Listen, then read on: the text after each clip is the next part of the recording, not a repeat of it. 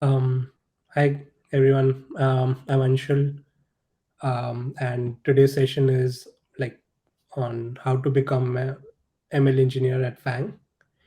And just mostly, I think this session is about career advice, especially for people who are new to ML. But you know, we can also go into some technical details. I will be going into some detail on what kind of work ML engineers do, and yeah, what the interview process is like, and what skills you need to have to actually um, you know join a big tech company as an ML engineer. And some of the sort of uh, you know common misconceptions about ML engineering. Yeah. All right, let's get started. So yeah, we'll start with a brief introduction about me. So yeah, I've used to work as a ML engineer at Meta in the ads ranking team. I've recently shifted jobs to work at ShareChat, which is an Indian social media company, as a staff ML engineer. And I've been, fascinated by ML for a long time.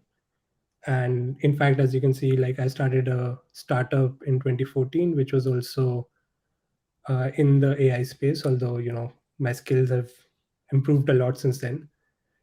So yeah, mostly I'm skilled in ML and software engineering and distributed systems.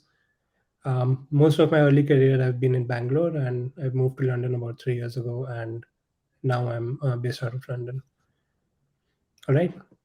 So this is just a brief outline about this talk. So we basically have like four sections, and the first section is on like some of the motivation behind like why should you join ML, why should you join a big company as an ML engineer, and then you know we'll go a bit into like what is an ML engineer, what is the job profile like, what skills do you need. Then we go into like how do you become an ML engineer, so what's the interview process like, what skills do you need. And one of the most important parts about, and one of the most challenging things about getting a job in ML is being able to pass the ML system design interview. So we'll be going into quite a bit of detail on that interview itself, and you know just what kind of things, what kind of skills you need to build to be successful at that. All right. So yeah, so why should you become an ML engineer at a bigger company, right? So um, you know sometimes like I think all of us have been seeing like AI in the news recently with Chat GPT, and Google getting its own version out now. There's a Bing chatbot as well. And if you use these tools, some of these tools can feel like magic, but as it's not quite there. It's not magic. It's just it's just like science and maths at the end of it. And you can learn it, you can develop the skill, and then that allows you to do a lot more things, especially as a software engineer. So why would you want to join ML, you know, or become an ML engineer, right? So ML field is extremely high demand. This was true even 2 years ago or 3 years ago when I wanted to get into it. But now, especially so, as you can see, like this is the next big thing. All the big companies are now focusing a lot of their resources and effort into developing better ML systems, better ML technology. And software engineering as a field has been around for a while. In the early 2000s, it was all about distributed systems, large scale. Google was coming up, Facebook was coming up. At that time, the skills were really, you know the hot field was really distributed systems. But now you have a situation where all of the many of the difficult problems in core software engineering and distributed systems have become really solvable, and the solutions have become very, very mature. So AI ML is one field that is still relatively at an earlier stage. And uh, my subjective opinion is that it's going to sort of take over the software engineering role, because you can really leverage AI/ML to 2x 3x your returns from whatever effort you put in your software engineering, right? And it's a rapidly evolving field as well, as you can see from all the news coverage. Literally every day there are new things coming up. And you know if you ask someone 2 or 3 years ago that the first thing that AI would be able to solve is like generating images, generating like beautiful images, um, basically being like a artist, right, or a creative writer, people would have said no. Like people would have said like the manual sort of you know well-defined jobs would be really suited for ML. But as it turns out, with all the recent developments, like just opposite of what everyone expected. So I don't think this is like the last time something like this will happen. I mean, we all have expectations of where ML can add value, and maybe a couple of years down the line, it'll completely change, right? So it's good to be, involved in upcoming and high demand, rapidly evolving field, and that's going to be good for your career as well. Now, of course, when I was sort of when I wanted to become like a software engineer, I was in school. um, you know the common advice at that point was, like if you really want to get into coding, you should sort of hack things together yourself, play around with Python. With there was something called Perl that I started with in the initial days. And so people just recommended, just get your hands dirty, hack around, and you'll you know get to understand how to write programs. And that's how you'll develop your skills. But I would argue that for ML, it's actually a good idea to join one of these bigger companies. And there are like a couple of reasons for that. So the first main reason is that the thing that you really need for effective ML models is data. And data is something that, fortunately or unfortunately, is sort of siloed in the current system that we have right now, right? So as a new person in the field, without any resources, you may not be able to get the amount of data that you need to actually use ML in very effective ways. And that's one of the things of joining an established company, is that they have like all the data in the world. So you never have that constraint of like less data. And then you can actually focus on developing your skills, so that availability of data is not a problem. And similar point number two is like resources. So as you guys know, like training these models requires lots and lots of compute resources, huge data centers, right? And not everyone has access to that. It costs a lot of money as well. When you're working in one of these companies like Meta or Google, you have access to their cloud systems, and they're really really generous with it. So even if you want to try out an idea and you know spend like millions of dollars on training models, no one really minds, because that's what your job is, that's what you want to do there, right?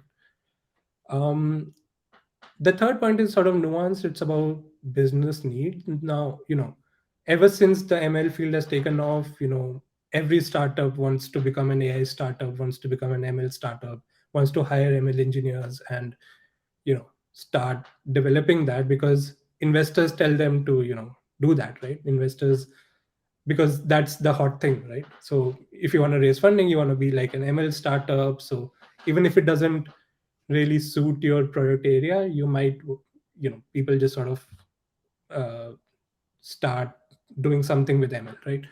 But the thing is with some of these established companies is that it's really really critical to their business to have good ML algorithms, right? So if you make like a 1% improvement in accuracy, that's going to translate into 1% more revenue for the company, for example, right? Or save a bunch of money somewhere else, or effectively solve the integrity issues in the platform, right? So then again, this is something as an engineer you don't need to worry about at places, at bigger companies, right? That there's always a business need for better ML, and you can focus on just developing your skills and just becoming better at ML. And then the fourth point is, I think everyone must be aware about this is, all these companies have, really, really smart people. They have been doing this for a while. So the systems there are really evolved, really advanced. And that's a great learning opportunity for someone who's new in the field, right? You can see like a huge scale ML system and understand how it works and mess around with it if you have to. And yeah, that's a huge learning opportunity. All right, so now that we have the motivation done, we can go into like what actually is an ML engineer, right? So an ML engineer is just like a software engineer with some extra skills, and the extra skills are basically like applied statistics and ML, right? Now you might say, what's the difference between, like, isn't ML also applied statistics? The boundary is kind of not very well defined here. Um, and what I've seen in my experience is that, whenever there are problems that have like a statistical angle to it, usually it's ML engineers who end up working on those, even if it's not like your traditional ML. So I would say, like, the role at these companies is not just software engineer plus ML. It's also got a bit of like applied mathematics to it, right? So it's also about like not just like statistics, but I would say mathematics in general, like having good skills, they're having the knowledge of like statistics is really, really helpful, right? So I think we can go into some project examples to sort of understand this, and all of these are examples of projects that I've worked on in the last few years. And of course, with a lot of more people in the team, but I was part of the team that was working on this project. So the first example is like, what if we wanna develop a metric that measures how many bad ads there are, right? So bad ads could be things like pornographic content, or misinformation, or violent content or stuff like that. And you really don't want that sort of content, or especially in ads, which is a paid content on the platform, right? So the product problem is like, how do you measure how many bad ads there are, right? Now this is something that you know usually, like, you could apply ML to it, right? But it's not something that is like you have to apply ML. And even if things like designing a sampling scheme that allows you, let's say you have like some raters, right, who are there to rate these ads. So if you want to design like a sampling scheme, and that then you can get the ratings from the raters and then use that to sort of measure how many bad ads there are. So a system like that would also come under sort of the ML engineering. So as an ML engineer, you're not just training models or working exclusively with ML. Um, you know, as engineers, we're ultimately solving product problems, and if the product problems have an element of statistics or mathematics to them, usually ML engineers get involved there, right? Um, the second example is also on a similar line, like, so what we've observed usually is like, in systems such as Meta at Facebook, if you generally show more ads to the user, so if you increase the number of ads that you're showing to the users, the user engagement goes down, right? They stop engaging with those ads.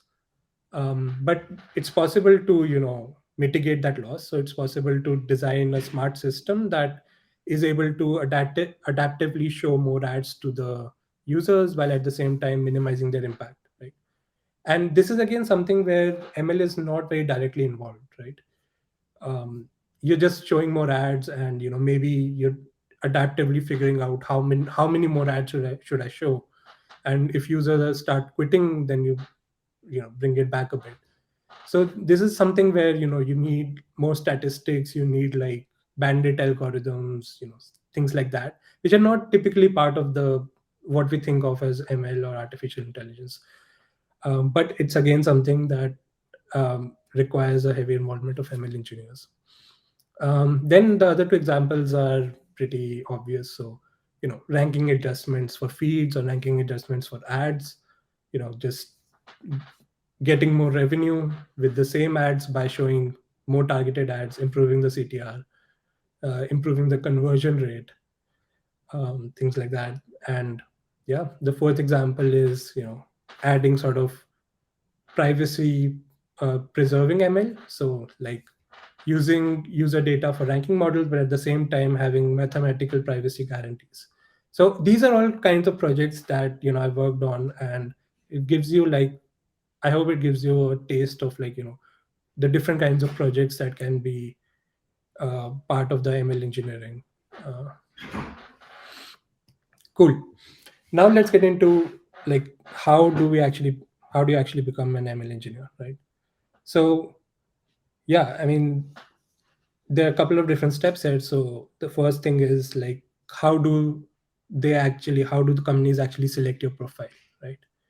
So I mean, a common misconception here is like you need like a PhD from a really good university, or you need like advanced degrees in ML, or at a minimum you need like a some sort of deep learning certification, and only then will you be considered for these profiles. Actually, that's not true, because what happens in the bigger companies is they rely a lot on their internal processes for selecting people.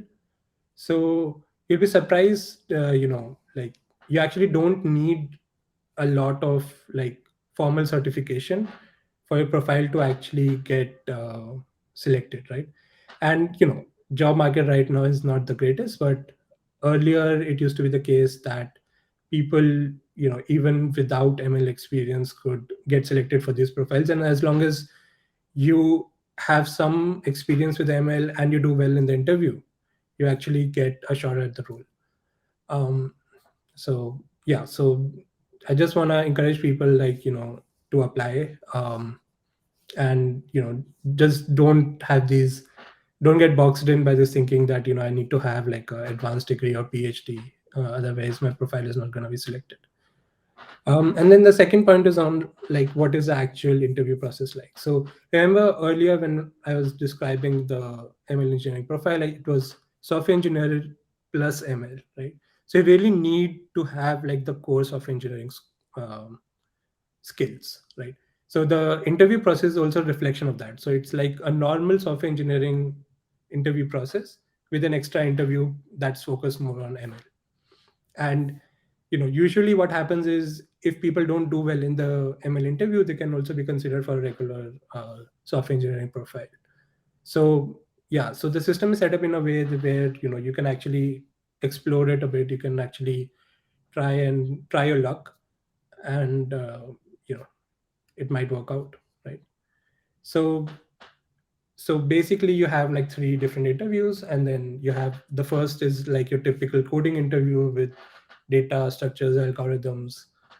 Then you have a system design interview where it's more around distributed systems and large scale system design, something like design news feed without the ML part, right? Just the serving part of like how would you scale the service, all those kind of things. And there are very good resources where you can read about about system design interviews. And then there is an interview that's unique to the ML profile, which is ML system design, right? Where again you have like an open-ended problem, like design Twitter, for example, or design a ads ranking system, and it's like very open-ended. And then you need to approach the problem from the point of view of ML, like how would I uh, like you're not worried about the regular system design or regular scale aspects of it. It's more focused around just the ML aspects of it, like what models will you use, and so on, right? And we'll go into a lot more detail on the ML system design interview. What does it include, and what kind of skills you need for that interview, right? um all right, yeah, I think we are almost like 20 minutes in, so I want to check the Q&A section a bit. Um, so guys, in the chat, there's another tab with Q&A. If you want to ask questions, yeah, that's a good place to ask the questions as well. And also feel free to, and let me just go through the chat to see. Yeah, so there's a question on, couldn't you buy data from data brokers? Yeah, sure. I mean, you could buy data from data brokers, but the point of that example was to say that as a person who wants to build their skills in ML, you don't want to you know worry about all these aspects, right? And that's one of the great things about working in a established company with an established team that works on ML that has a business requirement, is that the company figures this out for you, right? So you don't need to worry about how do I get the data and stuff like that. And I think someone mentioned Kaggle here, and that's really one of the most amazing platforms out there, and especially as a beginner, where you can really uh, you know really try out your skills. And you know this, like anything, it's really important, like to um, not just read about stuff, but actually use it, right? Actually practice it, right? Like I would say that it's really important to even if you just do like sort of logistic regression, you need to really apply it to get a sense of how the machine learning works in practice, right? What kind of things are anti patterns, right? What will never work, right? And for so many of the things in machine learning are common across different algorithms, right? Like training, validation, split, and overfitting, things like that, right? So you really want to it's one of the fields where you learn by doing, right? And of course it's important to stay in touch with the new developments in the field, but um, at the same time it's really important to put your skills uh, to the test, right? um, isn't product sense necessary in ML engineering? Yeah, of course, and that's one of the things that is tested in the interview as well, right? And that's one of the key parts of the ML system design interview, is how do you translate a product problem into an ML problem, right? And having a sense of what are the product requirements is really really useful as well. Is it possible to point out some good sources for ML system design for practice purposes? Yeah, we'll go into the ML system design interview in more detail in the next part of this presentation. And yeah, I'll definitely share some sources as well. I think there's one book by Alex Shu. Alex Shu is one of the really popular authors who has a book on regular system design interviews, and he's recently come up with a book on ML system design as well. I guess about a week ago, if I'm not mistaken. So that book is like a really good resource. I've read some of it myself, and it's really nice. I've read his system design book as well, and that is really, really, really good. So yeah. Um, with the layoffs, would you say ML engineers would be safe for the, like? It's impossible to say that. I mean, I'm not like Zuckerberg. Like I can't say like who's gonna keep his job or not. But I would say that just based on my experience, you know, ML engineers, while not immune, the amount of layoffs in this field have been low. So another data point there is, when Facebook started the hiring freeze last year, they were still hiring for ML engineers, and they've never stopped hiring for ML engineers actually. And that pipeline has always been open, and that's because it's very difficult to get ML engineers, right? Because this is a new field, and there is a supply and demand problem, and companies are pivoting more towards ML playing a bigger role in their overall engineering systems. And at the same time, it's very difficult to get good people. So yeah, I would say you're probably safer, but there are no guarantees. Right. Maybe a couple more minutes if anyone has more questions, and then we can go into the second part of the presentation.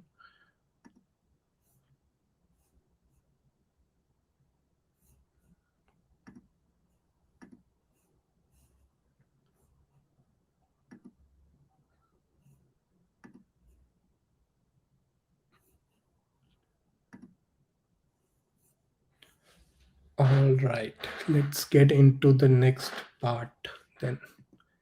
So yeah, so the next part will be a deep dive on the ML system design interview. Um, as I mentioned earlier, this is the main interview that differentiates the ML engineer role from the regular software engineer role. So, if you want to get a job in ML, you really need to do well in this interview.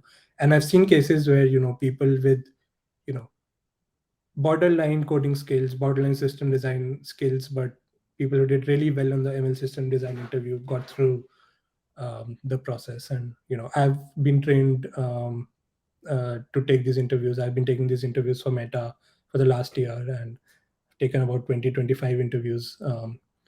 And so, yeah, let's get into this. Okay.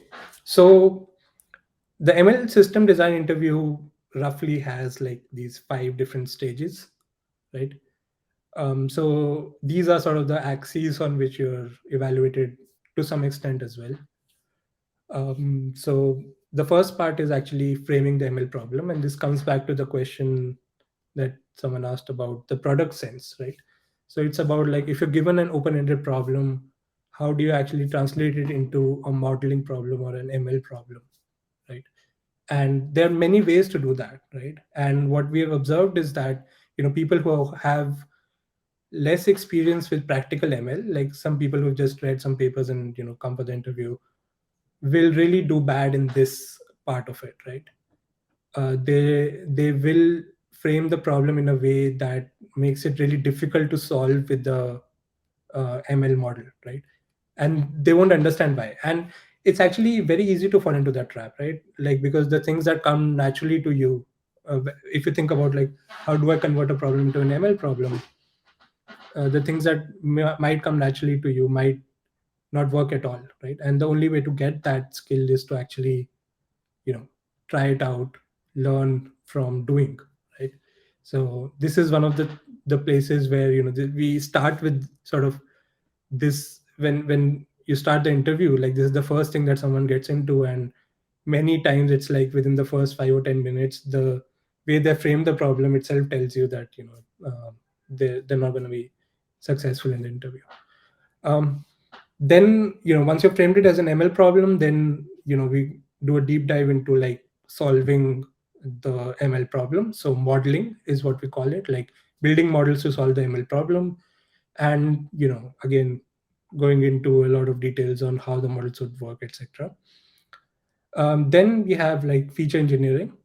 So I think this is something that many people must be aware of, is like a really important part of designing any ML system is what features do you want to put in your model, and how do you go about doing that, right? Then is like from model to system. So once you have like the ML problem solved, now you zoom back again and go back to the product problem or the systems problem. Like, okay, you have this model, but then you deploy it, and then how does that actually work in practice, right? What challenges do you face after you actually the system is live and serving traffic and doing what it's supposed to do? How do you what can go wrong? How do you debug it? What are the challenges that you get after putting the system live, right? And then there is like deployment, like, and best practices around that, like you know how do you ensure that the system works reasonably well at high scale, right? So now we'll go into each of these one by one. So framing the ML problem, as the name suggests, it's about translating a high level product problem into an ML system, right? So here it's useful to go through an example. So let's say the high level problem is content recommendation. Now, this kind of content recommendation problem comes in many different flavors, but they're all basically the same problem. So someone might say make like recommendations for Netflix, right? Which is the tile recommendation that you see on Netflix. Or it might be like, Pinterest, or it might be like Google Maps, recommend places to users. But they're all different forms of content recommendation, right?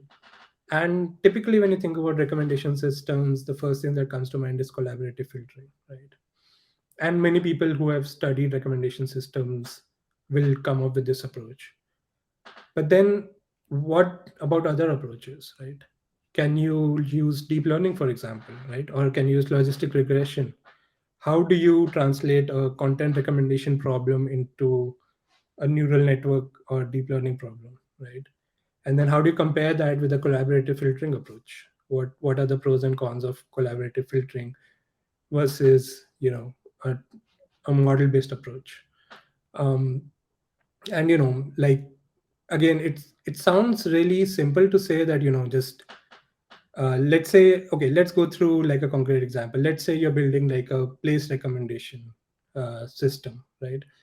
So then one way to translate that into an ML system would be like, what is the product goal of this recommendation, right? Let's say it's to drive clicks, right? So you're giving a set of recommendations to the user, you want them to click on it. And so then how do you translate this into an ML problem is, let's say you have a model that predicts probability of click, right? And then you can just rank your results using the probability of click, and that gives you a rank list, right? And so the item that the user is most likely to click on is higher up, right? So this sounds like a very simple way to do it, but actually what you see in the interviews is, people will come through lots of different approaches but leave out this really simple approach, right? And all those other complex approaches are very difficult to work with, whereas this simple approach is works the best for this particular problem, right? And the way to actually develop this, I would say, is Kaggle, right? So Kaggle actually gives you like a lot of these open-ended problems, reasonably open-ended, and then you get to solve that using machine learning, and that gives you a sense of how do you convert a product problem into a machine learning problem, right? You have to think about like, what do you need for a good machine learning solution, right? You need good data, right? You need the data to be in a format where the model can access it, right? Where the model can get trained on that data and is able to predict using that data, right?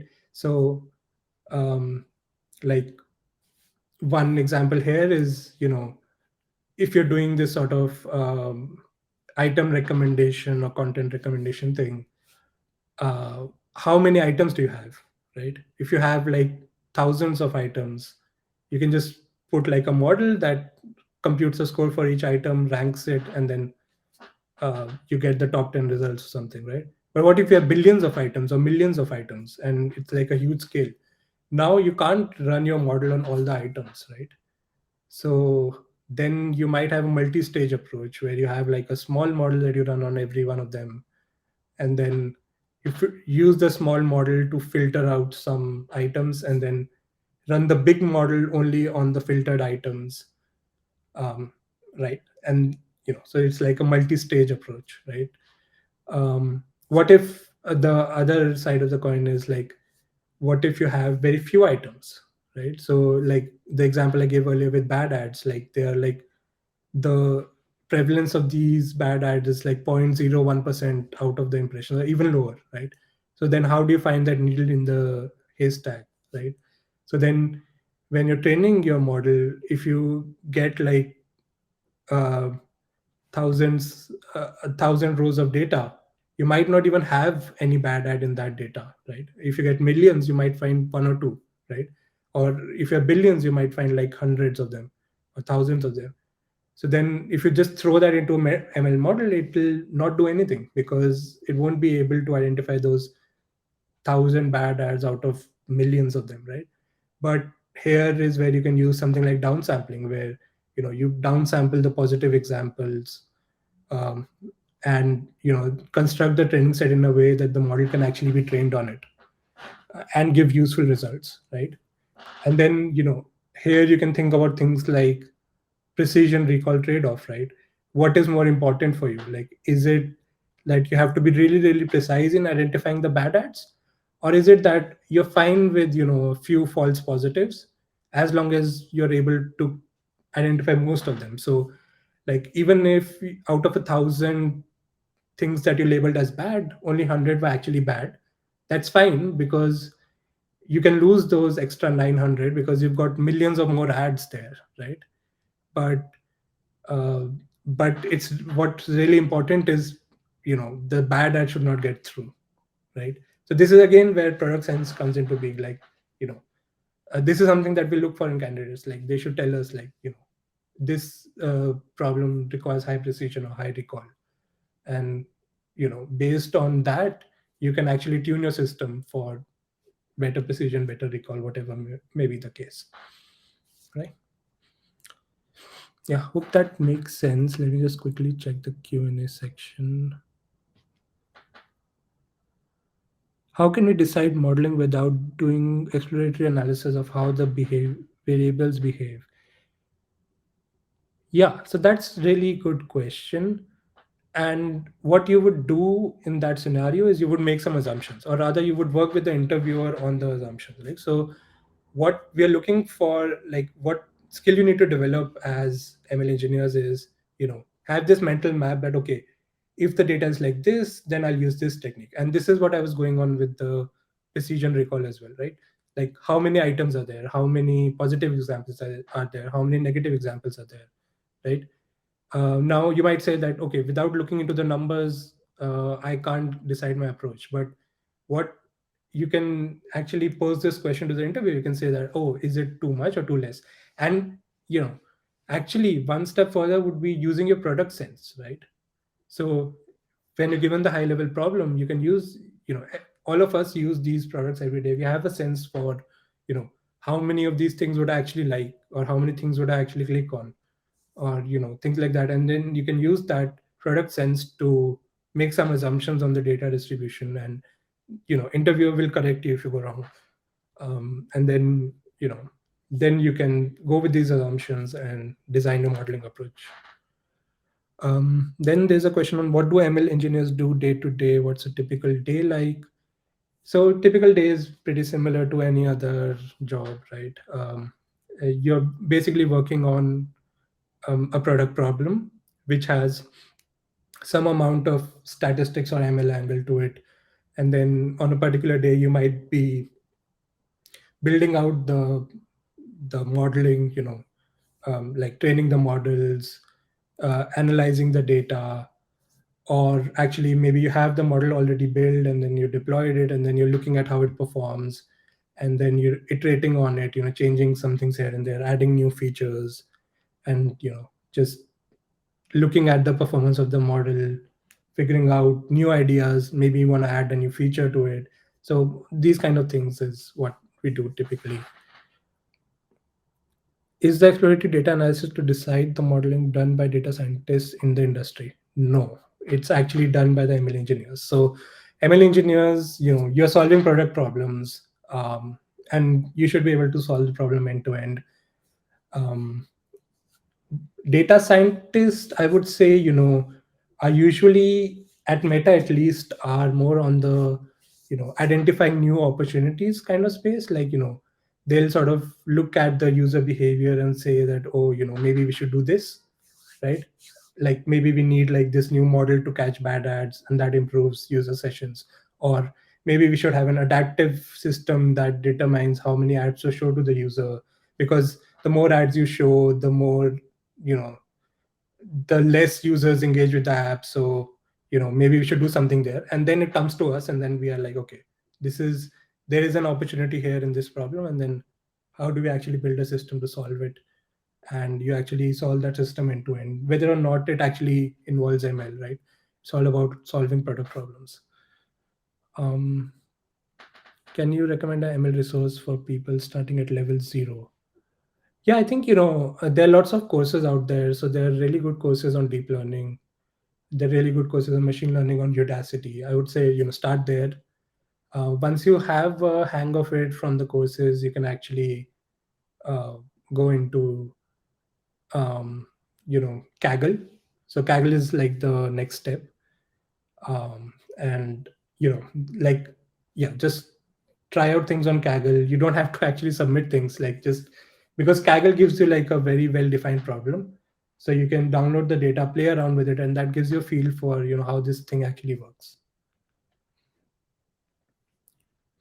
All right. Next question is on, can you explain the nuance between DS and MLE? How do you find new features without doing modeling?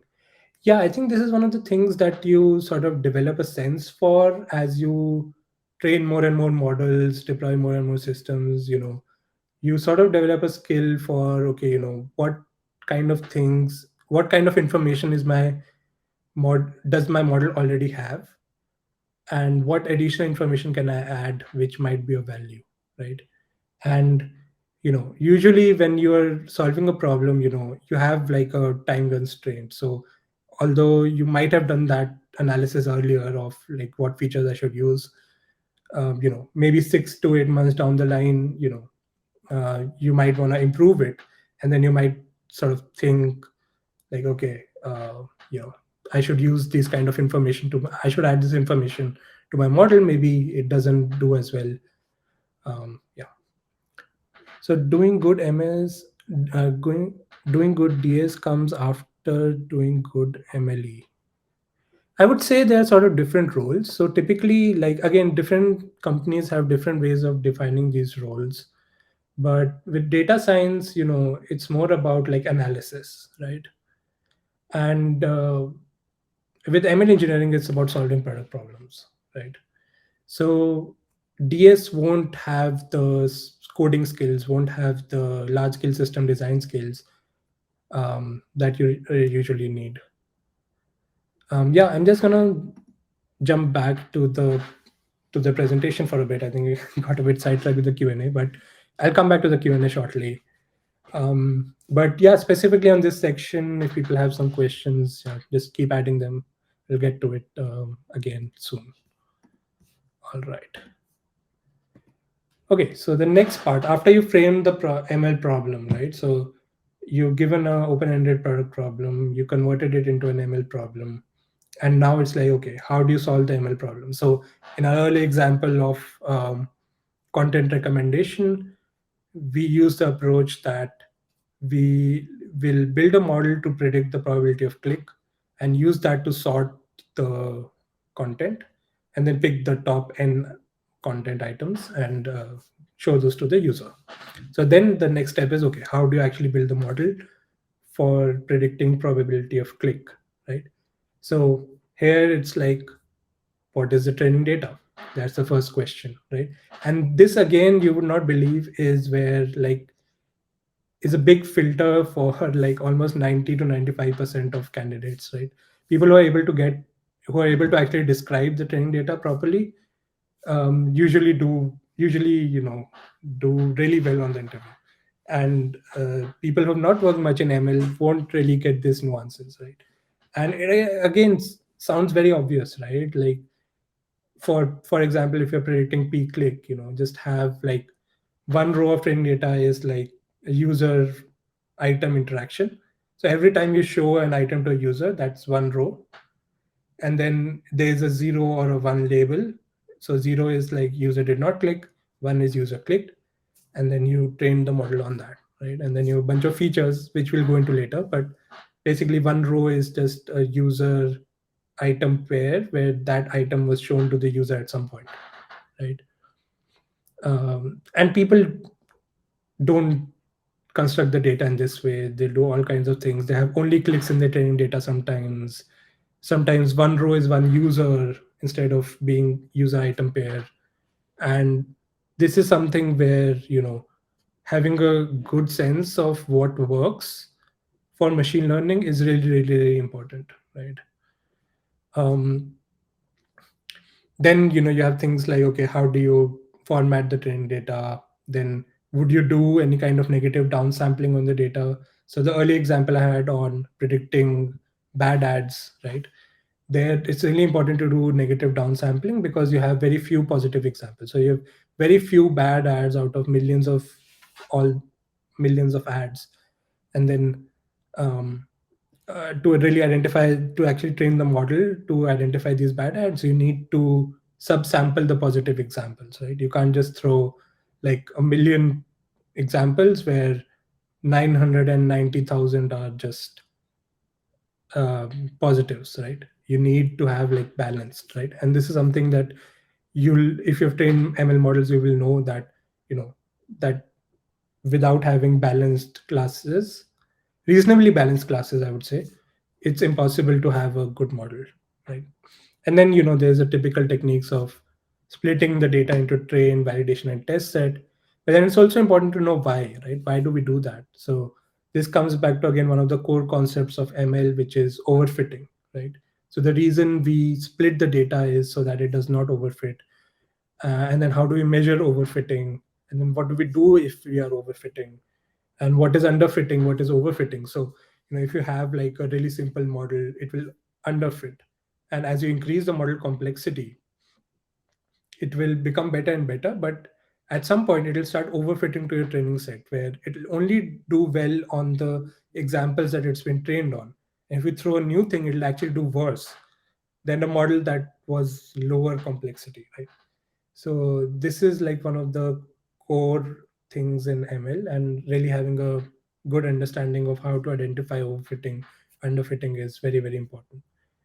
And then, yeah, what metrics will you use to evaluate the model, right? So you train the model, and then how do you measure the accuracy? So then, if you're doing a binary classification problem, what metric would you use? Cross entropy loss, right?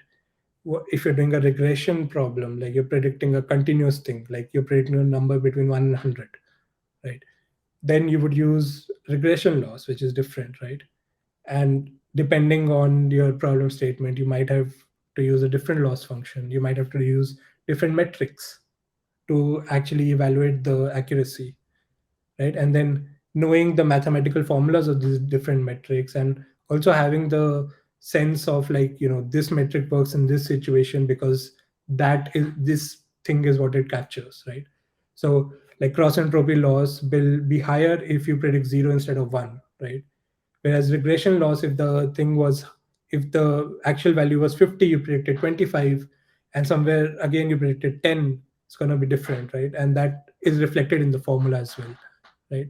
So really being able to understand, like, which loss function to use, which metric to use for which situation, and then knowing the mathematical formula for all these different metrics, all these different loss functions, and also having a sense of, like, what does the maths actually do, right, in reality, like, and here, what I would recommend is, just walking through some of these formulas with some toy examples. Like maybe you have 10 rows of data, like just write it on a piece of paper, and then see, like, okay, if I have, okay, the original data set had like 5 ones, and if I predicted 3 ones, what does this loss function value give me, right?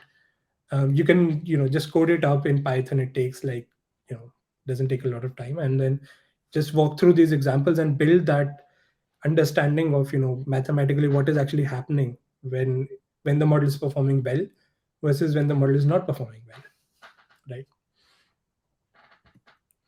And then, so you have the training data, you have all the metrics, you have the loss function, and then you go into like the model architecture. Like, what will you use? Will you use GPTs, neural networks? Yeah, here I would again say that, some people make this mistake of, like, they've learned about transformers, and they're like, transformers is the best technology, I'll just use transformers for everything.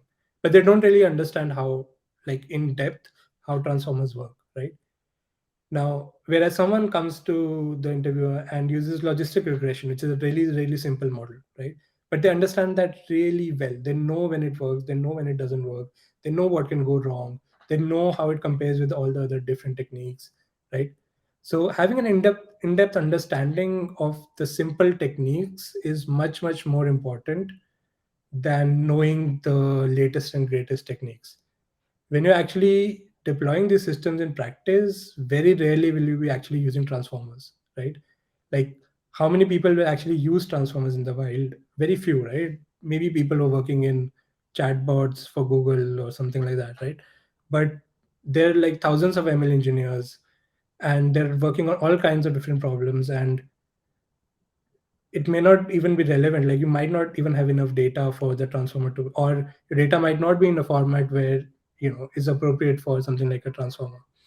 So yeah, that's the thing here, is like really having a good understanding of what you're using and why, rather than just saying that I'll use the transformers or for everything, right? Even though if you guys have read this paper, it actually turns out that transformers can be used for everything. They would actually perform better, but you know the reasons for that, it's really important to also understand the reasons for that, because if you say I'm going to use it and then someone asks you why and you're not able to give a good answer, that is not good. That shows that you're just you know uh, just attracted by the shiny new technology, but you don't really understand how it works. So yeah. And then there's a really important step here, which is calibration, and we'll get to that in next steps as well. But it's not enough to just build a model. You also have to calibrate the model.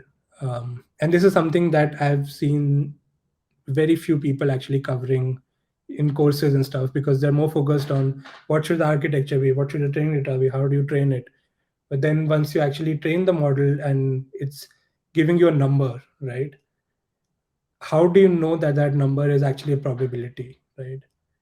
The way you do that is by actually calibrating the model and making sure that the model gives consistent predictions with different inputs, right? And this is really important as well, because if you make changes to your model, you add a new feature, you add some more data, right? The distribution of the model output can change a lot, right? And then you don't want to get in a situation where um, the distribution of the model output has changed, and then you are sort of having to apply multipliers and stuff to make it work again, right? So this is uh, a very important step in training the model, and there are some really good resources by Meta actually on calibration, and it's something that's really that we really put a lot of focus on in our internal ML um, systems, right? I think we are maybe a bit short on time, so I'm just gonna go through things a bit faster. So then it's like feature engineering. So feature engineering is okay. Yeah, guys who know about ML will know that ML model, the inputs to the ML model are actually features, right? And so it's like basically, let's say we are talking about the click prediction, right? So what will be the features? It's like how many times has users clicked on this, how many times have users seen it, things like that. So how do you translate those raw data into a form that can be ingested by the model, right?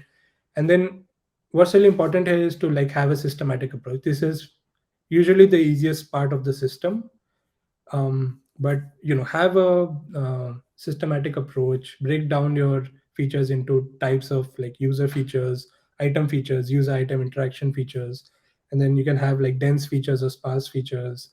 So dense features are like numbers, right, ratios or counters, and then sparse features are like categories, right?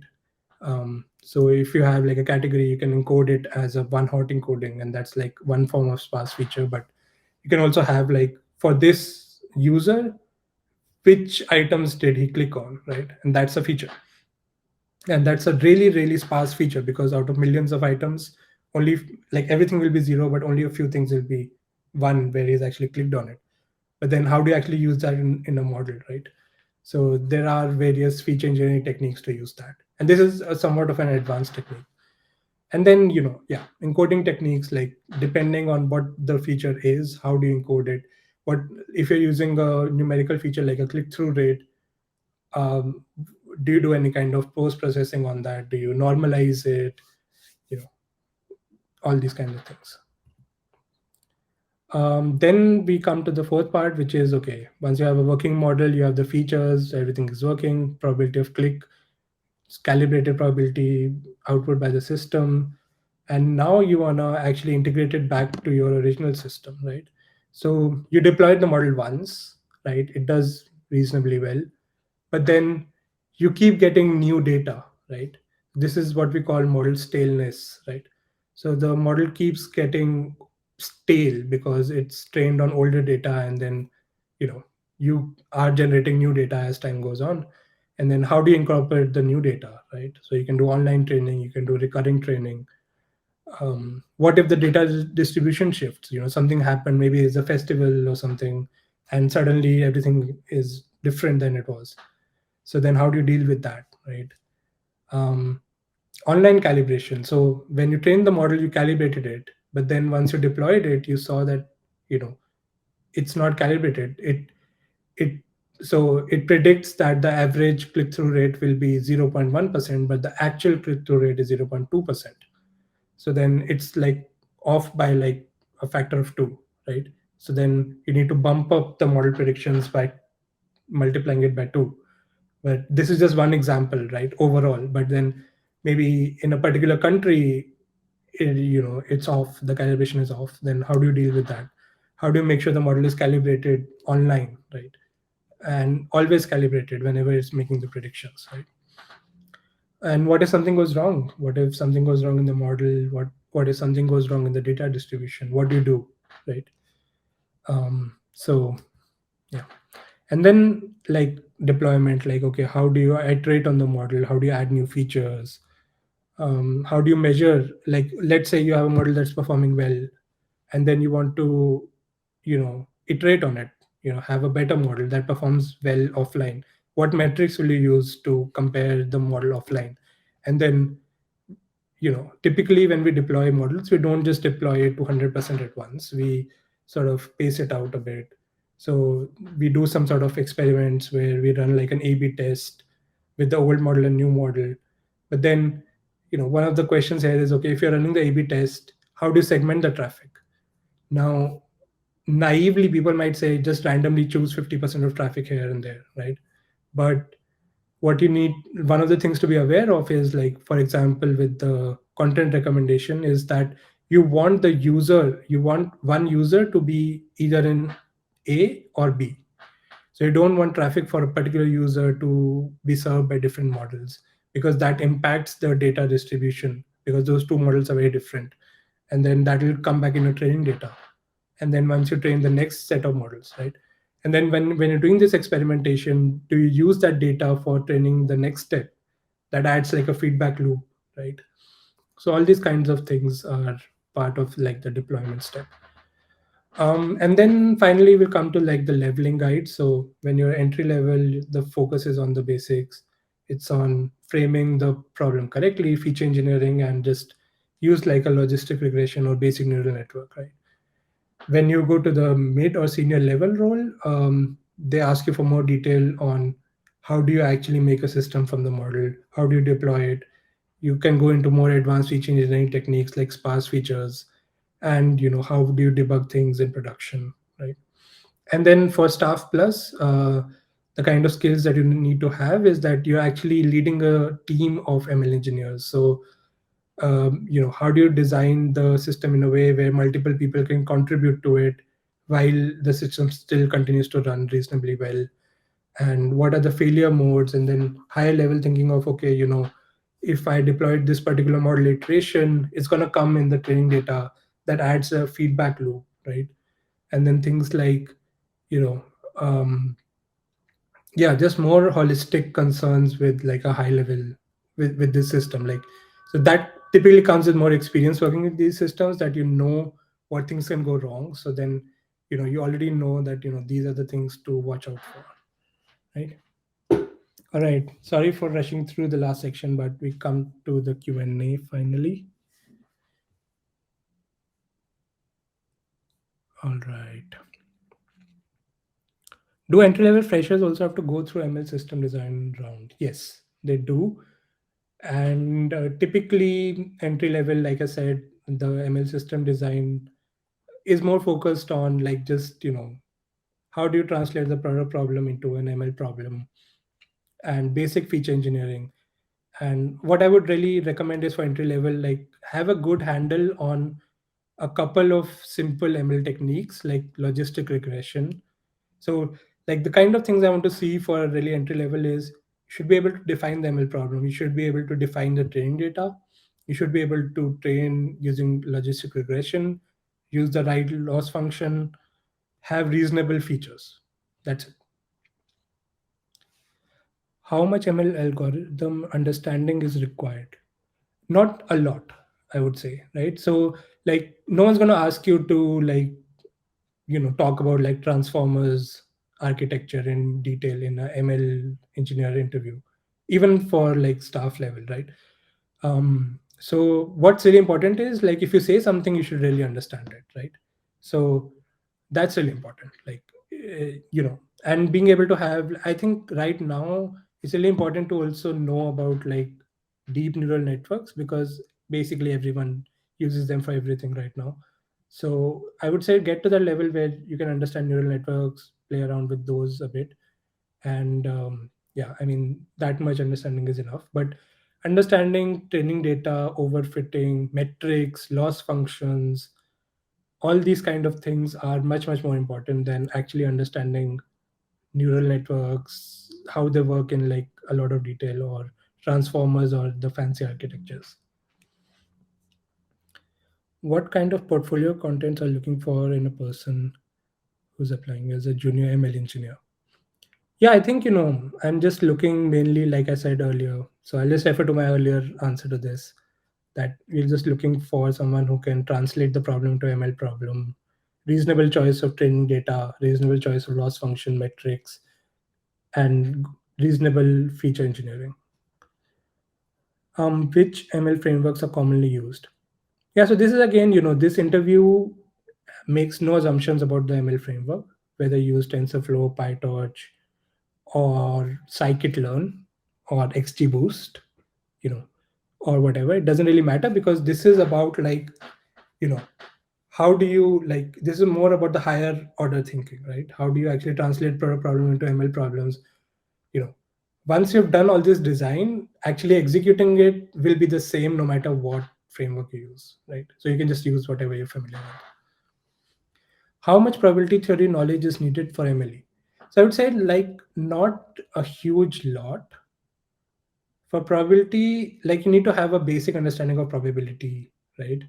Like for example, Bayes theorem, like conditional probability, things like that. You don't need graduate level probability with like integration and stuff. That's not really required. But having, really understanding the simpler things very well is more important. Can you please share resources on model calibration? Yes, I will try to share those resources. Yeah, there is a set of good videos from Meta on calibration, and I'll share that soon. It seems like infinite learning is necessary. How much do you know, and how much could you learn at work? How's the environment of learning? Do people collaborate? Can you? Yeah, I think it's really a good environment from that point of view, and that is why I recommended that you should join a bigger company, because there are lots of people with lots of experience. You can leverage them. There are lots of internal reading resources as well. So yeah, you and there are no stupid questions. You can actually ask them, because once you've actually got the role, no one actually cares what you know. What people care about is what you can actually deliver. So if you're taking help from other people for skill development, that's encouraged. And in our team, for example, we used to have learning sessions every Friday, where people used to present different papers that they were interested in, and people used to discuss that. And I would say, a large part of the learning is actually from doing, right? So there is some amount of uh, theoretical knowledge that you need to have, but it's not a lot, right? And the vast majority of things that we cover, especially in this interview, is more from practice. All right, think we are at time. So how much practice, yeah, maybe the last question, how much practice is needed? Yeah, I think so go back to the recording of this event and look at some of the ML system design questions that I asked. And then if you don't have a good intuition for what should be the right answer for different situations, like that means that you're sort of missing the practice aspect of it, because you won't find these things in a book, right? Like given for this problem you should use this loss function, right? Maybe loss function you might find, but having that product, like that subjective sense of which technique to use for what, really comes from practice. And just do as much as you can, really. What do you look for in a resume? Yeah, I mean, I'm just looking for people with some mathematical background. So I won't be picking, we probably won't have people who don't have like college level maths background, like simple, um, and but ML courses or CS courses are not necessary. So even you have lots of physics majors who are working as ML engineering role right now. So yeah, I want like good software engineering skills, some experience with software engineering, and some indication of interest in ML, and basic maths knowledge. Thanks for the session. Good to see you. All right. Where is the record? I think it'll come through after the event is over. So we are really out of time, guys. Thanks a lot for joining the session. I hope it was useful. And see you.